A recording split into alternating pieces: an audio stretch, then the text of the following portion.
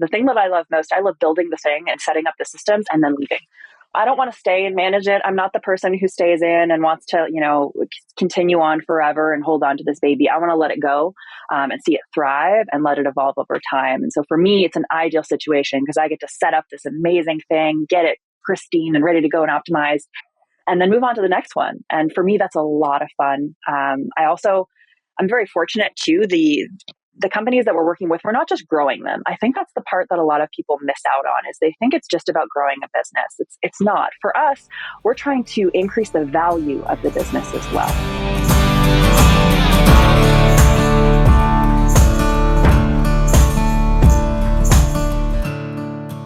You're listening to the 7-Figure Leap podcast. We're here to leverage rich relationships and smart strategies to take your business to the next level. Here's your host, Dustin Rieckman. Welcome back to the 7-Figure Leap. I have one of my favorite people in the world as my guest today, and I met Mickey Anderson, who we're going to learn all about here in just a second in a really fun way. And that was that I was a guest on her podcast. I believe we actually connected through Podmatch, which is a software a friend of mine, Alex Sanfilippo, runs. And, Podmatch has been really good to me, but not as good as this interaction and this conversation. So I had this amazing connection with Mickey. We got to the end of the call, and I remember she was like, yeah, we should stay in touch. And I did horrible job following up, and I was like the worst guest ever. And then she reached out to me, thank God, and was like, I really want to know more about what you do. And she ended up joining my Podcast Profits Accelerator program. She was a founding member in the 7-Figure Leap Mastermind. She's no longer in that for a very good reason, which we're going to get into. So Mickey, it's really fun to reflect back and think about how we met. You're one of the best podcast hosts ever. And I mean that totally sincerely. And so it's really cool to be the host here and have all the pressure to interview you as well as you interviewed me. So please introduce yourself and we'll kind of get going here with our interview. Oh, thank you so much. That's so kind. It's an absolute honor to be here. Like Dustin said, I'm Mickey Anderson. So I am head of branding and content at Concertina. We are a business process outsourcing company. So essentially an offshoring company. We come in and serve companies at a bunch of different stages, mostly over the $3 million mark. And we help install a growth system so that they can scale and set themselves up for an eventual exit, or at least that they have the potential for a really successful exit. So that's where I spend my days. And it's very serendipitous that I'm here. And Dustin and I have followed each other throughout the past couple of years. And it's just been an awesome way to see the progress that both of us are making. Yeah, it's really wild to think of that origin story and then to think about where you're at. And I think to give people context, it's like, oh, wait a minute. Why would this amazingly talented woman who's working for this really cool company as an employee, why would she have ever been in Dustin's orbit for entrepreneurs? And why does she have a podcast, right? And so there's a lot more to this story. What I do want to highlight is that I would call Mickey now like an intrapreneur. And if that's not a term that means a lot to you, it's someone who's very entrepreneurial and gets a lot of free reign and gets to use their talents and with a lot of freedom, but inside of someone else's company. And I'm very intrigued by this. I feel like this is a bit of my identity, even when I was an engineer. And I think there's a lot of people listening who have been entrepreneurs who maybe want to be an entrepreneur. I think there's a lot of benefits to this path. And so I want to unpack that. But I think to get there, Mickey, do you want to take us back as far as you feel is relevant, whether, it's birth or high school or your first job, and kind of give us a little trajectory of your career. And so we can kind of follow how in the world did you end up at Concertina doing this really kind of niche service that you do now? Oh, yeah, absolutely. I won't go far back as birth. I remember the day I was born. Yeah. Oh, no. So I have always been an entrepreneur at heart. I've been a builder. I love building things from scratch. I love trying things to see what works and what doesn't work. And I'm not necessarily like an industry focused person per se. At least I wasn't for a very long time. I love to jump. I get bored really easily. And so while having many different jobs, I always had multiple side hustles on the go, whether it was running fitness classes or personal training or doing life coaching or executive coaching. And all the way through my career, I've always just felt like the need to build things to help people. And I was lucky enough to start my marketing career in more of a corporate setting. So I worked for a fitness company and I was the manager, but I also had the job of growing the business and then growing all of our contractors' businesses. So we had nutritionists and chiropractors and physiotherapists and personal trainers all working for the company, and they all stunk at marketing and getting clients. but we needed them to get clients and get good at marketing because we made money off of them. They were a big component of our revenue. And so my job was to get in and figure it out. And I had no background in marketing, but I did have a degree in psychology. And so I get people. I was always a very good communicator. So I was able to interview clients, interview the talent, interview our team, and come and build essentially like my very first marketing plan, and rolled that up and ended up growing the company significantly. And that kickstarted my marketing career. I jumped in and started my own agency, my first agency, which was a copywriting agency. And we worked in health, wellness, and fitness, of course, because that's where I felt most comfortable. Grew that significantly. But as for many people, life hits you sometimes. Life changes. My husband is in the military and he traveled a lot, to say the least. It was 300 days on average a year. He was gone, and we had a young daughter, and then COVID hit, and it was just a lot of chaos in our world. And so I shut the door on that and decided to focus on consulting for a while. And that's where I started getting into working with clients like I'm working with now, was getting in and understanding their big marketing departments, their strategies, and helping them grow. Got the itch to build again, built my second agency, which was PPC and SEO focused. And then all of a sudden I got this dream opportunity. A friend had recommended me because of my background, my chops in content marketing, and presented me to Concertina, the company I'm working for now. And lo and behold, they gave me the opportunity of a lifetime to come in and do what I love with the coolest clients in the world.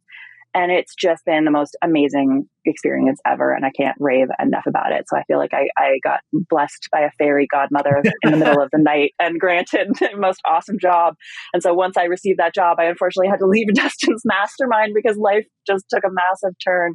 But it's been spectacular. And I'm very, very happy where I'm at. I love that. Yeah. So I kind of let all that stand, as it is. I did not, I guess, I did it, I guess, at some level. I did not realize you were actually a fitness instructor, and before you got into I marketing? coached CrossFit. I was because I was a swimmer too. So I was a competitive swimmer in college. I swam D1. And so for those of us who leave athletics and I don't know what we want to do with our life, we naturally end up someone's personal trainer. Like, just the way it goes. Yeah. I love that. But you put me in that role and I'll work my way up into management. That's just the way it goes.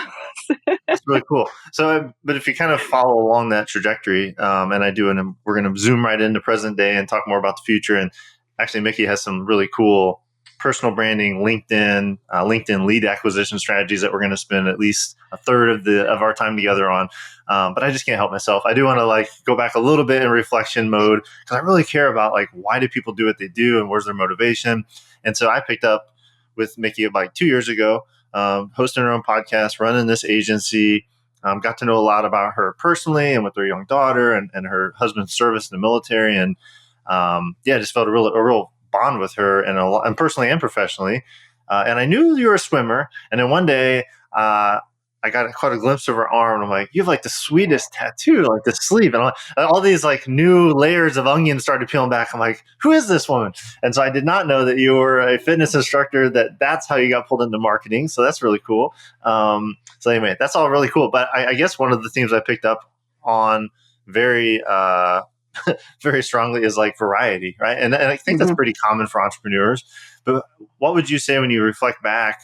Do you feel like that's you shortchange yourself by changing too frequently, or you're no, that's the only way I stayed sane. I had to switch kind of industries and focuses along the way, because it sounds like maybe every couple of years you've kind of changed your identity in a sense of what you do professionally. Is that accurate? Oh, that's super accurate. Yeah. And you know what? I could look at it as, oh man, I wish I would have stayed with the one thing and done the long-term career and built the thing. But I can tell you, I'd have been so bored. Yeah. So bored. I love new problems. I love exploring and learning and creativity and wrapping my head around new subjects. I've just naturally loved school. I'm one of those odd people who really enjoys taking courses and being in school. I went back to school twice to further my education. I'm that person. So for me, it was just a natural hopping. It drove my husband nuts. Yeah, because he's not full-on military career, obviously a very intense job, traveling 300 days a year and maybe not so great places all the time. So that's a really interesting dynamic too, that you're sort of the stable, I'm using air quotes, you're sort of the stable one because you're home with your guys' child, but yet you're entrepreneurial. And so you're trying different things, you're launching new companies. That's a pretty interesting dynamic, I would think. Yeah, it made for a really good dinner conversation whenever he was home. But I had the benefit that he had this really stable job, although very dangerous, and he was gone all the time. It was stable, and Yeah. he started in the military when he was 18, right out of high school. There was a war going on right to Afghanistan. Like, he was in it forever. Wow. And so he could never really understand my need for change and moving around and trying new things, but he fully embraced it. And although sometimes it was hard, he just gave me a lot of trust. And I appreciate that very much. And now, obviously, it's all kind of coming together and paying off, and he's seeing the pieces. And now he doesn't even question it. He's like, you just do whatever you got to do. We'll be fine. Yeah. I love it. All right. Well, I've dwelled enough. We'll zoom in now zoom up to present day. And so I knew a little bit about Concertina. So yeah, it's kind of the conversation Mickey and I had to have. So we've shed, I would say, a fair amount of tears over the past several years, mostly positive, some, some not negative, but some just, life circumstances that we both dealt with and be able to share that. And, my son just entered his military career. And so there's a lot to unpack there. But in the moment that Mickey, as a founding member of the mastermind and one of my just right-hand women, like one of the best people I've been around the past couple of years, and has had such an instrumental part in helping me take on the identity I have, and as a leader in this business, a mastermind leader, and all those things. We had this not tough, but a conversation that's like, "Hey, Dustin, I got to leave the mastermind. It's nothing personal, but I'm getting a job, and on Thursdays when we meet, I'm gonna be holding team meetings." I'm like, that totally makes sense. I hate to have anyone leave, but you're not doing the entrepreneur thing. You don't necessarily have that availability to be there for our meetings when we're there and doing in-person events and stuff. So that was just like the reality. So that happened this year. So you moved over to Concertina, but as we started talking today before the interview, I got a much better understanding about what you do. And while I knew you were an intrapreneur, because how does Mickey not operate as an entrepreneur inside any organization? I didn't realize it was so directly tied to entrepreneurship and working with founders. So can you explain a little bit about what you do day to day, kind of what's the overall outcome that people seek when they hire Concertina and get to work with you? Yeah, absolutely. So I have two functions in the organization. One, I run our internal content and branding department. And so any content that's being created by the company goes on my desk. So I'm the last quality assurance check for pretty much anything that happens at the company, both for our company's marketing material, but also we have a lot of clients who have personal branding services or LinkedIn lead generation services, and we're creating content for them. And so that goes through me. So I lead a team of copywriters, and we have a creative team, and we work together to build the personal brands of these incredible founders and drive their lead generation as well. So there's that side where I run that department internally and tackle a bunch of internal marketing. But then there's the other side where I also work with our clients directly. I come in essentially as a fractional CMO would be the traditional term, but we don't like to use that term because it's not really the most empowering title anymore. Right. So I come in more as a facilitator. So I work with the founders to evolve their marketing strategies. Usually they're slow, they're fragile, they're bloated, they're spending lots of money and not really seeing any traction. Their business development or sales team are working their butts off and doing all of the grunt work. And they're like, what is happening with our marketing? We're putting stuff out there, but nothing's happening. So my job is to come in and help them build that strategy. And then I help them build their marketing team. And so Concertina is an offshoring company. We hire the top 1% of talent in the Philippines who are trained. They have the SOPs and the processes, and they are the best of the best. And so the companies will hire our team members to come in and be their marketing department. And I oversee basically the installation of a marketing department in a company. So I help build the systems, get them in place, make sure everyone's running on track. We have our KPIs. We know what we're doing. We've got the plan. Communication's happening, and I set them up for success for the long term so that I can eventually leave and they can blossom with a fully functioning marketing department. That's awesome.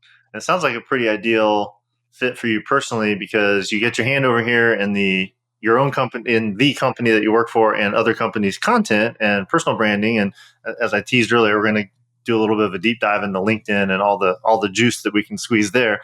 And you kind of get these 3 to 6 month stints with companies who are looking to kind of remove the bloat, get some fresh perspective, get a real marketing engine in place that maybe they've lacked for a long time.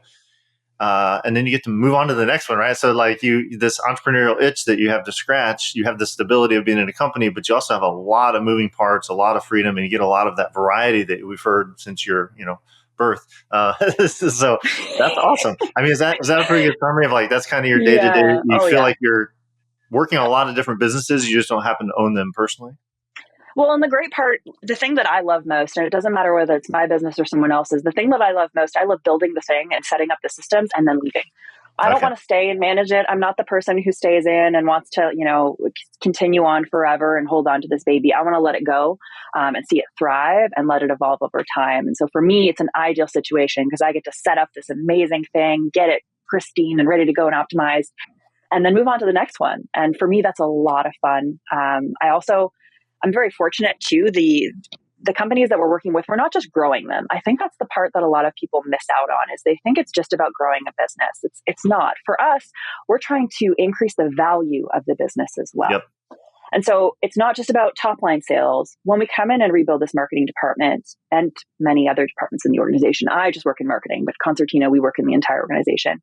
We're looking at finding capital that we can reinvest into growth initiatives to increase the value of the business. So that means cutting out bloat, looking at our subscriptions, what is going on here? What are we wasting money on? What's actually working or what will work? And then Yep. how do we make sure that this is functioning well so that the business can be set up for a successful exit if that's the goal, which for many owners and most of the companies we're working with is eventually a goal. It's either an IPO or an exit. And so that's really a big part of it is making sure that it's a repeatable, systemized framework that anyone could come in. It's agile, it's proven, and it's going to continue to work. And that's what sets them up for success. That's very exciting. And I feel like that probably perked the ears up of some people listening because, I've been through this a lot in my own, I've been through a couple of companies, been through, an intrapreneur and a couple of engineering companies, was partner and all that stuff. But this year, very timely is like trying to figure out what in the world is 7-figure leap? Like, is it a quote unquote solopreneur forever? Is it like is it build into a bigger business? And with that, you get all these questions of like scaling and like, do I plan for an exit? Even if I don't want to exit, do I want that optionality? And like, that's probably like the best way to build a business. And so it's really cool that you're in an environment where most of the people are either wanting to exit or IPO. And therefore they realize like, I have a cool thing here. I've created this cool business. It's not maximizing its own value. And in many cases, they actually want to exit. And you mentioned this to me earlier, like there's a philanthropic arm. So it's not exiting at, to go sit on the beach and drink the Mai Tais because it can be, but it doesn't. You can do that, but like, and maybe for like 6 months, that'd be cool. But I think that would get pretty boring. So it sounds like a lot of your founders have, they're companies that were created out of a passion. They want that passion to leave a legacy, and that legacy could be in someone else taking over the company and having it thrive, but also being able to do other cool stuff with the money. Is that like the environment that you get to live within each day? Yeah, it's so fun. So the owners that we work with, they're all impact driven. So they all understand the value of doing good, business for good, of setting people up for success, of building a person-centered organization, of giving back. It's not about give me more or get me more. It's how can I contribute more? And ultimately, they all trust that will come back, and it does. And so for a lot of these businesses, the timing is really good at the exit because they can create a massive impact philanthropically with that exit. The other piece of it is also we build their personal brand so that when they do exit, they get the opportunities to be on boards and serve in different organizations that are more in alignment with the passion they have now, where they can continue to have impact, they can continue to contribute, but in a different way. And that's really important as well. So it's not just necessarily I want the cash or I want to make a big, push to donate. I also need something to do with my time. And if I've set myself up properly as a person of influence, I have authority, people know my name, they trust me, they like me, it's way easier to get opportunities to sit on other people's boards or to be brought into organizations and that sort of thing. So it's the next stage. Most entrepreneurs don't want to retire per se, right? But they do want a new chapter. I love that. So this is really cool because we're going to kind of go from this point forward. We're going to talk marketing, and which, it's one of my favorite things to talk about through this perspective. And I think if you're listening, you're like, oh, wow, this is like opening my mind up to new, like I just kind of had a bit of a light bulb moment. Like, well, what if I did sell this, who knows, 10 years from now? And then I could be like an advisor to both charities and businesses and like have this personal brand and be able to do this, just the 1% of stuff I really want to do.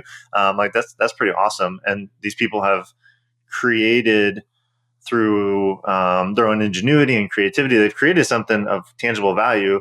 They come to Concertina and they get to work with Mickey to like maybe multiply what that's worth on paper and in an exit or IPO. And then they have this freedom to go kind of do the next chapter. So we're going to talk all about specifically marketing on LinkedIn to do that and build that personal brand. For people listening who are like, there's more to this. There's a lot more to this whole journey. I would invite people to go find the Ryan Dice episode that I did. It was really about operating systems and like, how do you set up a scalable company with operations? And I did one very recently with Barrett Brooks, who helped grow ConvertKit from 3 million to 30 million. They did not exit, but he exited the company and took his shares. And he talked in that episode about kind of this 18-month sort of hiatus that he had to go do a lot of cool stuff personally. And he talked a lot about team building and this whole idea of like culture and leadership and team building. I loved all that stuff, but I really love marketing. So Mickey, I'd love to kind of transition now. So as people are thinking about their own personal brand, especially, but their company, and they're like, man, I really need better systems and marketing. We could obviously do a whole series on this. Maybe we'll do that at some point. But today, if we could just hone in on one specific strategy, I'd love to kind of hand the mic over to you for however long it takes. And I'll interject as I have questions. But I'd love to just let you jam on LinkedIn and LinkedIn for personal brands and lead generation and all the things that you want to kind of highlight for our audience. Oh, I'm excited. So the reason why I love LinkedIn in particular is that most of the businesses we work with are B2B. They're not necessarily retail or e-commerce. We're talking business owner to business owner, and LinkedIn is by far the best platform for that space. Yeah. It's just set up for it. So it's fantastic. And if you know anything about LinkedIn, you know that nobody checks the company profile. Company pages just don't perform. They're there essentially as a credibility check. They're like a brochure, like we exist, we're real. Check out our website. Don't stay here. Get the logo that's like linked from your personal page. That's really the only reason you have the company page. Yeah. That's it. And so we don't really focus on the company page. Yes, we'll repurpose content and pop it on there and whatnot, but it's not the focus. That's just the credibility check that the organization exists and you can be searched. The real point is to build the connections and generate the leads that you need to continue to grow, while also establishing yourself as a person of influence in your industry, in your zone of genius, in your realm. And so there's usually one way, or a few ways that this goes really wrong. People just start hammering cold messages on LinkedIn, and they'll post sales stuff about their product or service or company. And none of that works. I mean, I'm sure if you looked into your inbox on LinkedIn, it's probably got 20 cold messages from people who are like, hey, let's book a call so I can sell you. No one's got time for that. Nobody cares about that. So that's not what we do. We kind of looked at what are they all doing? And then how can we do the complete opposite of that? Because it's terrible. Yeah. So when we're thinking of building our personal brand, it's really about building relationships. And I know you're going to align with this so much, Dustin, because we're on the same page here. It's all about building relationships. And relationships don't start with a sale. Relationships start with genuinely caring and curiosity and sharing, connecting with someone for real, not just posting salesy content. And so what we do is we start to create content on LinkedIn in 3 categories that will break out into a bunch of different topics or pillars. But it's really simple. It's your professional zone of genius. What is the thing that you bring to the table wherever you go that sets you apart? Your secret sauce, your magic thing, your whatever that is. So that's the what. That's what you are in your professional realm.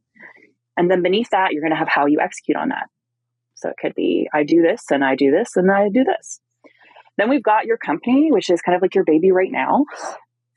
And we're talking here just overall about what it is, why it aligns with you, how it works, and what sets it apart, right? Very, very simple. That's one pillar.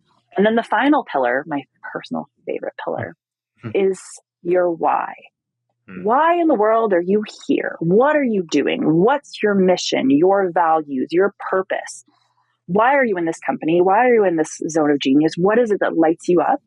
And this is more so about you on the personal side, not the professional side. So your family, your life outside of work, the things that you love, the people you want to spend time with, how you spend your time, where you spend your money, those sorts of pieces. And when you combine all 3 of those, you have yourself a pretty strong personal brand content strategy right there. Absolutely. I love that. And yeah, I totally, of course, resonate with all that. So you got your what, or like your zone of genius, the thing you're kind of known for professionally. You got the how, which is like, how do you actually provide value through your zone of genius? Maybe that's through your company or through different projects or different even philanthropic endeavors. And then 3, the kind of thing that ties it all together and makes people really care about you personally is the why. What are your values? Is this something you do because of your faith or some way you're serving your community or some way, like what really fires you up and makes you show up every day and do this? So I love that as like a 3-pillar framework for what kind of content to even do. And then you get as tactical as you'd like, but like, okay, so like if I start thinking about this and I've got, I can just sort of like create lists under these 3 pillars. Then what? Is it like, is there a certain frequency we should be posting? Is there like text versus audio versus carousels versus video and all that jazz? I'll give it all. But this isn't the only piece. So posting content is just one key component of this entire system. So just keep that in mind. It's not the entire thing. Yeah. This is what we like to call the amplification of a really crummy lead generation system. This is how we turn everything else better is by posting this personal brand content. You're going to relate to your audience. You're going to connect with them. They're going to see you as a person, not a sale. And when you do show up in their DMs, they're like, oh, you're the one who also talks about how hard motherhood is, or how, how important it is for me to align with my faith when I'm in my work, or whatever that is. Right. And then they're going to be way more open to having a conversation with you because they know the conversation is going to be good regardless of the sale. Yep. So that's one component. We find 2 to 3 days a week is great. And there's a whole system behind this, but 2 to 3 days a week of posting is great. But again, posting alone isn't going to do it, because if you know anything about LinkedIn and these fickle algorithms, they will not show your stuff to everybody regardless. Right. It's all about engagement. And so you need to know who it is you're targeting behind all of this. Who is your ideal client? If you know who that is and you've got a list of key targets on LinkedIn, this whole process works so much better. So you're posting this content 3 days a week. You're anytime someone engages on your content, you're engaging back. You don't have to live on LinkedIn to do this. We usually hire someone to do this for you, so you don't have to do it. But that's part 1. And the reason why we love this is because once someone starts seeing and engaging on your content, the number of touch points you'll have with this person increases exponentially. Yep. So if somebody starts engaging on your content, instead of seeing your post 1 time in their feed, they'll see it up to 10 times in their feed through the scroll. So we all know the importance of creating those marketing touch points, right? Of building those relationships and touch points. And so that helps this significantly. Just a quick introduction. If people want to like validate that, like go on, because I've spent a lot of time on LinkedIn. It's kind of my only social media channel.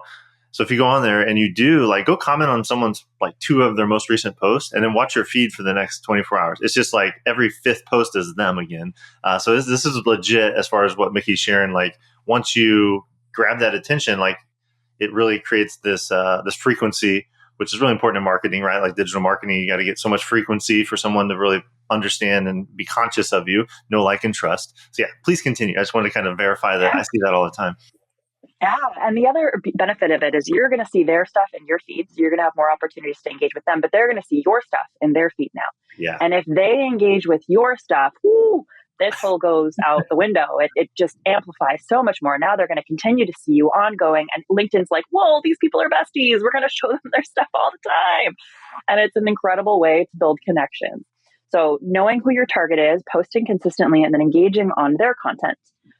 Creating your content so that it's engagement worthy is really important. We're not just posting for the sake of posting and showing up. We want them to engage in our content too. So again, we're building relationships and connections. And it's not the AI content, can I just say, or the AI generated comments. Like, let's not do that.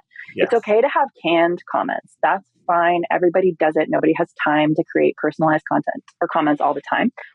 But let's not just summarize what somebody wrote in the comments using AI, because we all know. Even something as simple as, hey, great work. Can't wait to see what you do next, so-and-so, is infinitely better than trying to create this thoughtful comment with AI that just summarizes what they said. It's useless. So let's not do that. Okay. So the next step, after we have been engaging with these people for, and I recommend a few weeks. I don't recommend jumping into the DMs immediately after one comment, because then you're going to look needy and it's just not the best vibes. I sound so Gen Z. It's not the best vibes on LinkedIn. So give yourself time to really nurture this relationship and show yourself to them. They're going to see the variety of personal brand content you post, and they're going to get a real sense of who you are and really build a strong connection with you. The next step is moving into the DMs. Now we can start to send messages and connect with people and request connections genuinely because we saw their content, they saw ours, we've been engaging, it makes sense, right? Mm-hmm. Now, the thing I will say is when we're sending our messages, look at the messages you hate receiving. Don't do that. That's a good rule of thumb. Don't do that. I If you don't hate like to receive receiving this, send. Yeah. right? Like if you wouldn't want to receive this in your inbox, don't send it. No matter what anyone says, it's not okay. We want to build relationships that if a sale happens, great. But if a sale doesn't happen, they're not going to hate me and think that I'm cold and just in it for a sale. I genuinely want to build my network. I genuinely want to meet people and connect with them and see if there's ways I can support them, connect them with someone, or potentially have a sale. But it's not just about sale. Those are great and they happen often when you do this, but you have to see bigger than that. And so we're sending connection requests that are personalized, that are engagement based, like, hey, I love what you're doing in X industry. I saw your post on XYZ and I thought it was fantastic. We need to be friends. I would love to connect and learn more about you, Mickey. Someone is far more likely to respond or connect to that and continue a conversation than me saying, hey, I work in XYZ industry, buy my stuff. Yes. So then we can have a really thoughtful and engaging conversation. So what I always preach is lead with value. I don't want to take, I want to give value. And so one of the things we do in this process to really stand out and make this super effective is we give. And we know our customers well. So there's usually a lead magnet or an article or some sort of a resource that we can say, hey, I know you're in this industry and I was talking to so-and-so. I wrote this article for NASDAQ and I thought it would be applicable for you. I'd love to hear if you liked it or if you found value from it after you've read it. And so now we've given without any expectation. That creates really, really good reciprocity. So the person's going to think, oh, wow, this person's giving me stuff and it's not like a sale. It's just an article I thought I would like amazing. So from there, now we have a really good reason to follow up if they don't respond immediately. Hey, just checking in. Did you get a chance to read my article? I'd love to hear your unbiased thoughts. No pressure to be nice. Like if you didn't find it valuable, no problem. And most of the time, they'll respond and say, oh, you know what? Either I didn't have the time to check it out, but I will this week. They don't want to make you feel bad or ghosted. Right. You gave them something for free. Or, hey, I loved it. Or, hey, you know what? It just didn't hit the mark for me. And that's okay because now we can continue the conversation. Thank you for the feedback. It's great to hear that you read it. Or, you know what? I'm sorry you didn't get great value. I'd love to learn more about your perspective. Would you like to hop on a call to chat and get to know each other more? I'm sure we could have an amazing conversation. Yep. And that's how you book calls. As a quick interjection on like the leading with value, the more that it is in alignment with the content you're sharing and kind of what you're known for, the easier and more natural that is. So for me, like the quote unquote, the podcast guesting guy. So a lot of my content's about relationship building, podcast guesting. I'll highlight an interview I did or whatever. Right. So people kind of when they see me and my headline on LinkedIn starts with profitable podcast guesting, it's very natural for me to be like, hey, Mickey, it's so cool to connect. I know you commented recently about, that you were a digital marketer partner or whatever. I don't know if you saw, but like I did an interview on Digital Marketers Podcast. And usually what I'll actually do is say, is it okay if I send you a link to that? So I'm not even sending them the free thing without their permission because it's like another interaction. And that way they're like, oh, that'd be really cool. And I send them a link. And now this link for me is a podcast because that's like my genre. And it builds my credibility. It builds my authority. And so I've got a couple kind of go-to podcasts that I'll often send people in DMs. But I usually ask first. It's like, I think this would actually be really useful to you. I don't want to be like, presumptuous, but if it's cool with you, I'd love to send it. They say, absolutely. And it just creates a natural conversation, which to go back to you, Mickey, then leads very naturally into an actual live call with someone, right? Yeah. It's a really natural process. And the way that I like to think of it too. So first, I would say like tactical piece of advice. If you're like, okay, I'm going to start doing this. I'm going to post 2 to 3 days a week. I've got some good topics I want to hammer out. No problem. I'll use ChatGPT to come up with ideas. Mm-hmm. I know who my target audience is. I'm commenting and engaging consistently, or I have someone who's doing that. I'm going to get into the DMs. Number one piece of advice. Read your messages out loud before you hit send. That's good. Please, you want it to sound like a real person. You want it to sound conversational and human. And we all typically write on the formal side. We write a little bit more than a fifth grade average. We write, and we use spell check and we do all those pieces. And if you want someone to know that you're human, make the occasional error. Yeah. Write Yeah. like you talk. And if you're not writing like you talk, read out loud, or you can even record yourself talking to somebody and then just transcribe that. But read it out loud, because otherwise it is an absolute tell that you're not a real person, and everyone is tired of that. Good. I like that a lot. Awfully simple. As you say, do you have any other like DM tips real quick? Because I had one little tidbit to add before we'll kind of wrap up. Contingencies. And so one of the ways we lead the conversation, so we send the connection request. Amazing. Yep. From there, we usually ask a question that engages them into the conversation. So it could be, hey, I saw you're a business owner. Are you just starting, somewhere in the middle? Or are you planning an exit sometime? Would love to learn more about you.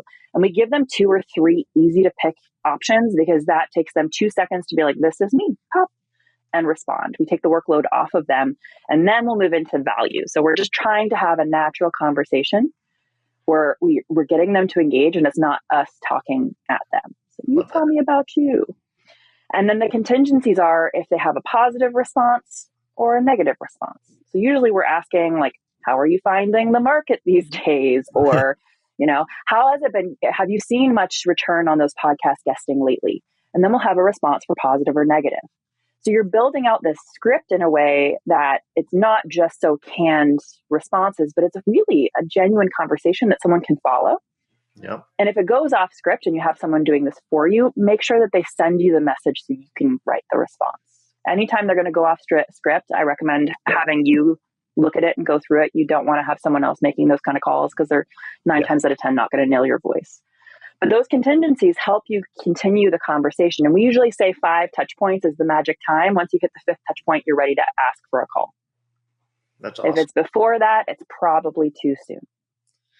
And then, now we have seen people successful doing less, but for us, the magic number is the 5th touch point.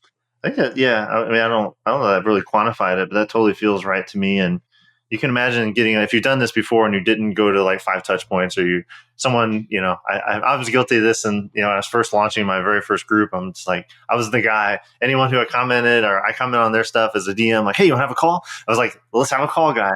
And, I got clients out of that, but it was pretty awkward. And it took a lot of, as an introvert, it took a lot of emotional energy. But imagine you've had 5 touch points. You've exchanged value. They already respect you, and they're like, wow, he or she really gave me something cool. That call becomes way more comfortable, and you're a lot further down the awareness spectrum of like, they know what you do, right? That they might not necessarily be ready to be sold, or, but they're not going to be like shocked whenever you're like, oh, by the way, as you know, I do this thing. If you want to know more about that, we can have a separate call. I'd love to explore that.